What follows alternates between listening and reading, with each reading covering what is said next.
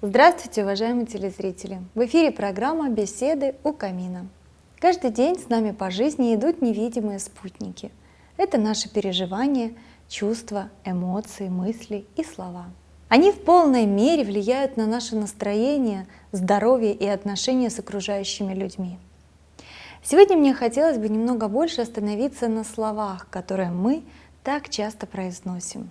Древние мудрецы утверждали, что наша жизнь — это следствие наших слов, которые исходят из наших мыслей.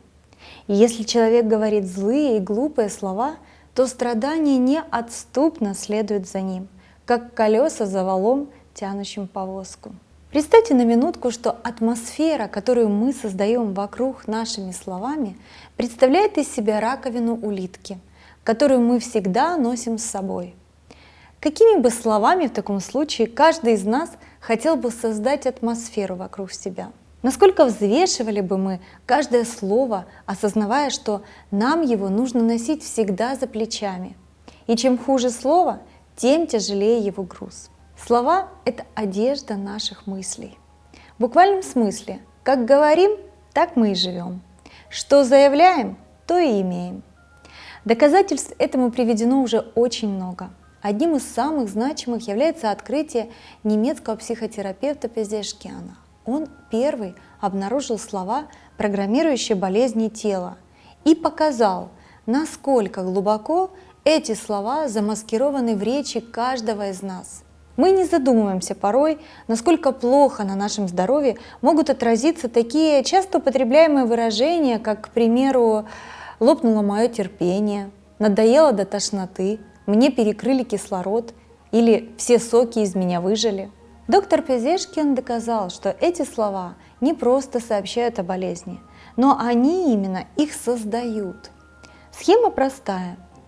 Человек включает слова-разрушители в свою речь, тем самым закладывая программу конкретной болезни, и болезнь возникает.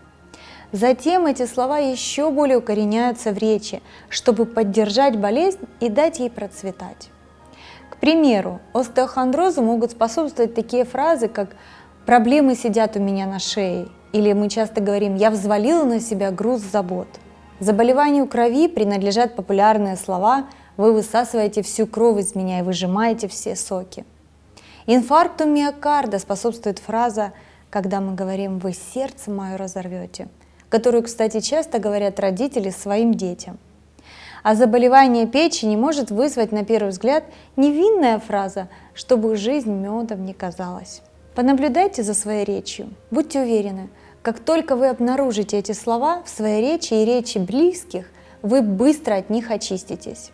Механизм прост. Обнаружен – значит разоблачен. Разоблачен – значит обезоружен. Вы увидите на собственном опыте, когда уйдут слова, уйдут и болезни. Вместо этого начните употреблять слова «крылья», потому что они вас реально заставят не ползти по жизни, а летать. Произносите чаще «я могу», «у меня все получится», «я намерен». Эти слова поднимают людей из больничных коек, вытягивают из финансовых ям, помогают раскрыть таланты и заставляют людей жить по-новому. Я уверена, что каждый из нас заслуживает по-настоящему счастливую жизнь. А жизнь наша – не что иное, как результат наших слов. Давайте с сегодняшнего дня употреблять только слова, ведущие нас к жизни в полноте, любви, здоровье и гармонии. Будьте счастливы сегодня и всегда.